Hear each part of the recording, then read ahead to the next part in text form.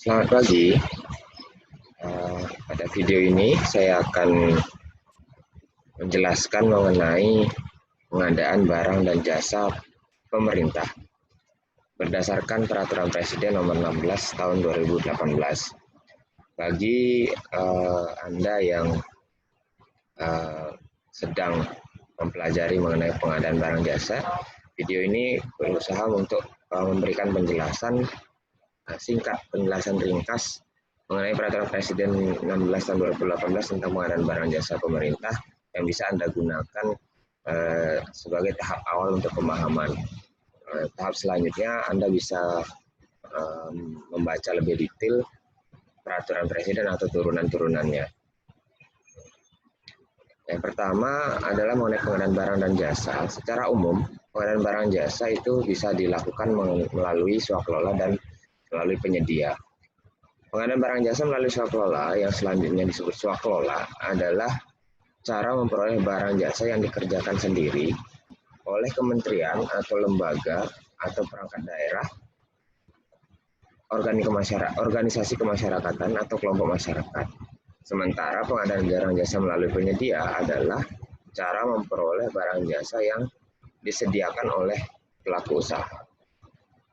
Nah, untuk peraturan-peraturan terkait dengan pengadaan barang jasa pemerintah, diantaranya ada Peraturan Presiden, seperti judul video ini adalah Peraturan Presiden Nomor 16 Tahun 2018. Kemudian ada Peraturan Menteri Pekerjaan Umum dan Perumahan Rakyat, yang terbaru adalah Peraturan Menteri PUPR Nomor 14 Tahun 2020 tentang standar dan pedoman pengadaan jasa konstruksi melalui penyedia. Kemudian ada Peraturan LKPP atau Peraturan Lembaga Kebijakan Pengadaan Barang Jasa, misalnya Peraturan LKPP Nomor 7 Tahun 2018 tentang pedoman perencanaan pengadaan barang jasa pemerintah, atau Peraturan LKPP Nomor 9 Tahun 2018 tentang pedoman pelaksanaan pengadaan barang jasa melalui penyedia, misalkan, dan masih banyak peraturan lainnya. Serta ada Peraturan Kepala LKPP, misalnya Peraturan Kepala LKPP Nomor 2 Tahun 2018 tentang katalog elektronik, misalkan ya, atau peraturan lainnya, dan ada peraturan-peraturan turunan lainnya. Secara umum, pengadaan barang jasa pemerintah terdiri dari 4 jenis, yaitu peraturan pengadaan barang jasa konstruksi, kemudian pekerjaan konstruksi, kemudian ada jasa konsultansi, di mana jasa konsultasi ini ada di breakdown lagi menjadi jasa konsultasi konstruksi dan non konstruksi. Kemudian ada pengadaan barang dan jasa lainnya. Untuk pekerjaan konstruksi itu adalah pekerjaan yang meliputi pembangunan, pengoperasian, pemeliharaan, pembongkaran dan pembangunan kembali suatu bangunan. Kemudian sedangkan jasa konsultansi adalah jasa layanan profesional yang membutuhkan keahlian tertentu di berbagai bidang keilmuan yang mengutamakan adanya olah pikir. Nah, sedangkan untuk jasa konsultasi konstruksi khususnya itu adalah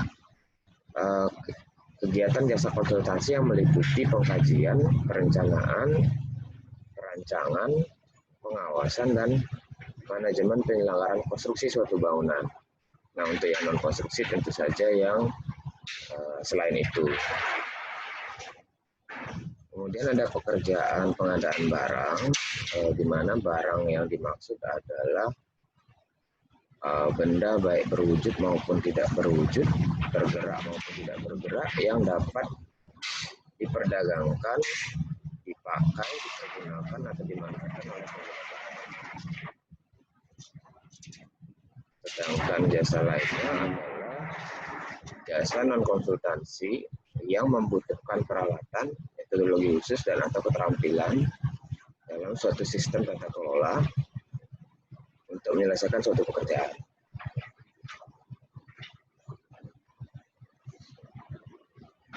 Berikut ini adalah metode pemilihan untuk pekerjaan konstruksi, pengadaan barang, dan jasa lainnya. Jadi ada beberapa metode pemilihan penyedia. Misalnya menggunakan e-purchasing, kemudian ada pengadaan langsung, penunjukan langsung, tender cepat atau tender.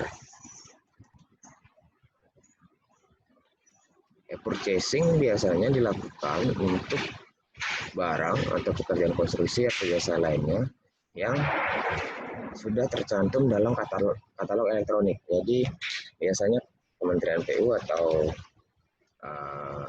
LKPP itu memiliki katalog elektronik yang sudah mencantumkan penyedia jasa dan jenis barang atau jasa yang dijual secara elektronik dan nanti prosesnya juga dilakukan secara elektronik.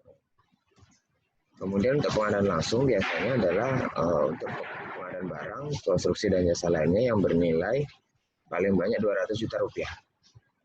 Sedangkan untuk penunjukan langsung itu adalah pengadaan barang, konstruksi dan jasa lainnya dalam keadaan tertentu, di mana kriteria keadaan tertentunya misalnya penyelenggaraan penyiapan kegiatan yang mendadak untuk menindaklanjuti komitmen Presiden dan Wakil Presiden misalkan, atau pengadaan barang atau jasa yang bersifat rahasia untuk kepentingan negara. Kemudian pengadaan barang, konstruksi atau jasa lainnya yang hanya dapat disediakan oleh satu pelaku usaha atau penyedia jasa yang mampu. Kemudian kriterianya pekerjaan prasarana sarana fasilitas umum bagi masyarakat berpenghasilan rendah yang dilaksanakan oleh pengembang yang bersangkutan, atau pekerjaan yang sangat spesifik misalkan. Dan biasanya terakhir adalah pekerjaan yang apabila dilakukan tender ulang itu mengalami kegagalan, itu bisa dilakukan penunjukan langsung. Kemudian tender cepat adalah tender atau pelaksanaan pengadaan yang dilaksanakan apabila spesifikasi dan volume pekerjaannya sudah dapat ditentukan secara rinci, serta pelaku usahanya telah terkualifikasi dalam sistem informasi kinerja penyedia. Jadi ada namanya sistem informasi kinerja penyedia atau SIKAP, di mana pelaku usaha yang sudah terkualifikasi itu sudah tercantum di sana dan bisa dilakukan tender secara cepat tanpa harus melalui proses yang seperti biasa. Yang terakhir adalah tender, yaitu pelaksanaan pemilihan penyedia jasa selain dari keempat metode di atas.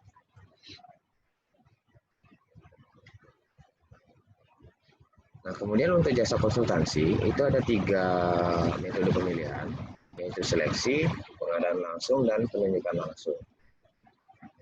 Seleksi itu dilakukan untuk jasa konsultansi dengan nilai paket minimal 100 juta rupiah, atau berarti nilai paketnya lebih dari sama dengan 100 juta. Kemudian untuk pengadaan langsung itu adalah pengadaan jasa konsultasi dengan nilai maksimal 100 juta rupiah. Sedangkan penunjukan langsung itu adalah pengadaan jasa konsultasi untuk keadaan tertentu, di mana kriteria keadaan tertentunya yaitu jasa konsultasi tersebut hanya bisa dilakukan oleh pelaku usaha yang mampu.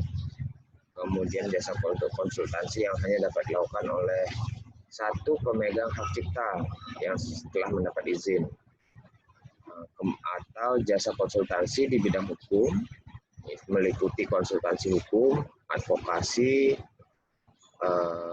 untuk menghadapi gugatan atau tuntutan hukum dari pihak tertentu yang sifat pelaksanaannya harus segera dan tidak dapat ditunda, atau permintaan berulang untuk penyedia jasa konsultasi yang sama.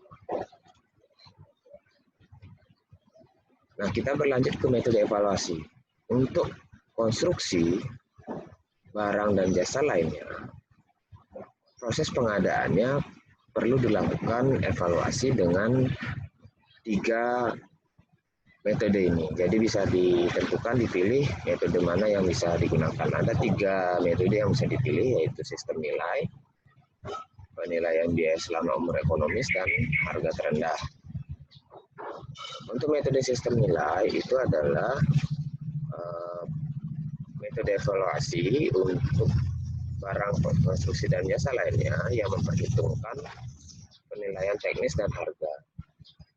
Sedangkan penilaian biaya selama umur ekonomis itu adalah metode evaluasi yang memperhitungkan faktor umur ekonomis, harga, biaya operasional, biaya pemeliharaan, dan nilai sisa dalam jangka waktu operasi tertentu.